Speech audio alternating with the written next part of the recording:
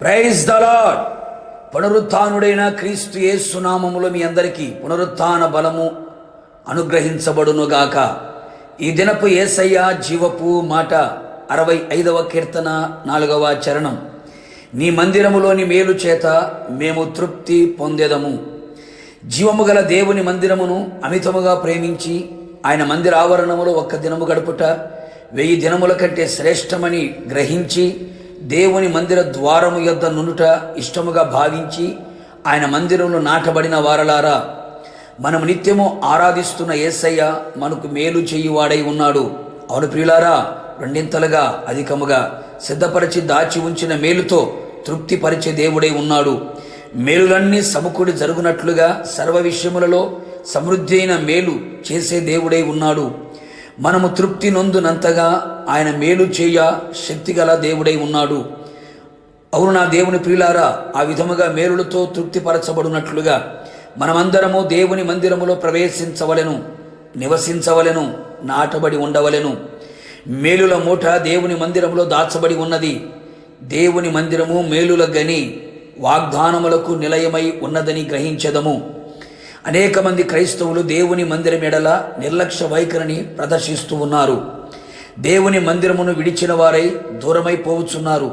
తమ స్వకీయ సుఖభోగముల నిమిత్తమై మందిరమును విడిచి లోకముతో కలిసి సాతాను చేతిలో నిలిచిపోవచ్చున్నారు.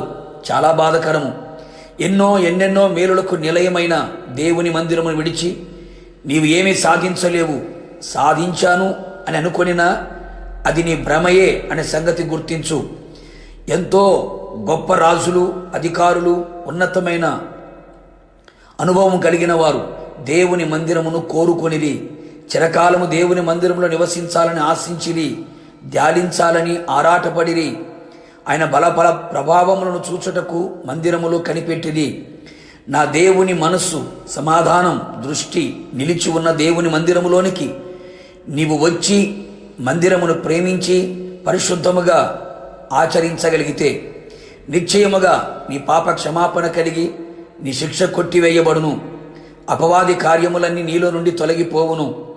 నీ ప్రార్థన ఆలకించబడి శత్రువుల మీద అఖండమైన జయమును పొందుకొనుదవు. నీ కన్నీలకు ముగింపు కలిగి నీ అంగలార్పు నాట్యముగా మార్చబడును. ఒంటరినై తోడు లేక ఒంటిగా ఉన్న పిచ్చుకోవలే ఇంటి మీద నిలిచి ఉండి ఆదరణ లేక ఉన్న పరిస్థితుల్లో గొప్ప ఆదరణ, ధైర్యము, ఓదార్పు, వాగ్దానములు అనుగ్రహించబడును. నడవలసిన మార్గమును, త్రోవను చూపించును, పరమునకు చేర్చును. కావున ఇట్టి మేళ్లతో మనమందరము తృప్తిపరచబడి మందిరములో నాటబడిన వారమై ప్రభు రాకడ కొరకు సిద్ధపడి ఉండేదము. ప్రార్థన. అత్యంత కృపగలిగినటువంటి నా ప్రియ పరలోకపు తండ్రి, నిండు మనసుతో మీకు కృతజ్ఞతాస్తుతులు చెల్లించుచు ఉన్నాం. ఈ పునరుత్థానపు దినమున మీ సన్నిధిలో మేమంతా చేరడానికి మీరు మాకిచ్చిన కృప కొరకై స్తోత్రాలు. అవును ప్రభువా, మీ మందిరంలోని మేలు చేత మేమంతా తృప్తి పొందుచు ఉన్నాం.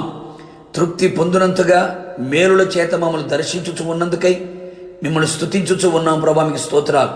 మా జీవిత కాలమంతటిలో మా కొరకు మీరు సిద్ధపరిచిన, దాచి ఉంచిన, రెండింతలుగా అధికముగా ఉంచిన మేలుల కొరకై మీకు స్తోత్రాలు.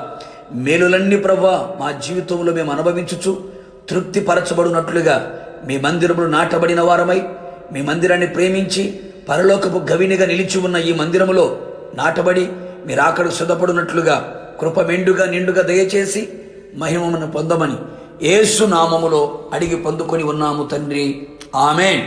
నిశ్చయముగా మీరును మీ కుటుంబ సభ్యులందరూ దేవుని మందిరములోని మేలు చేత తృప్తిపరచబడుదురుగాక.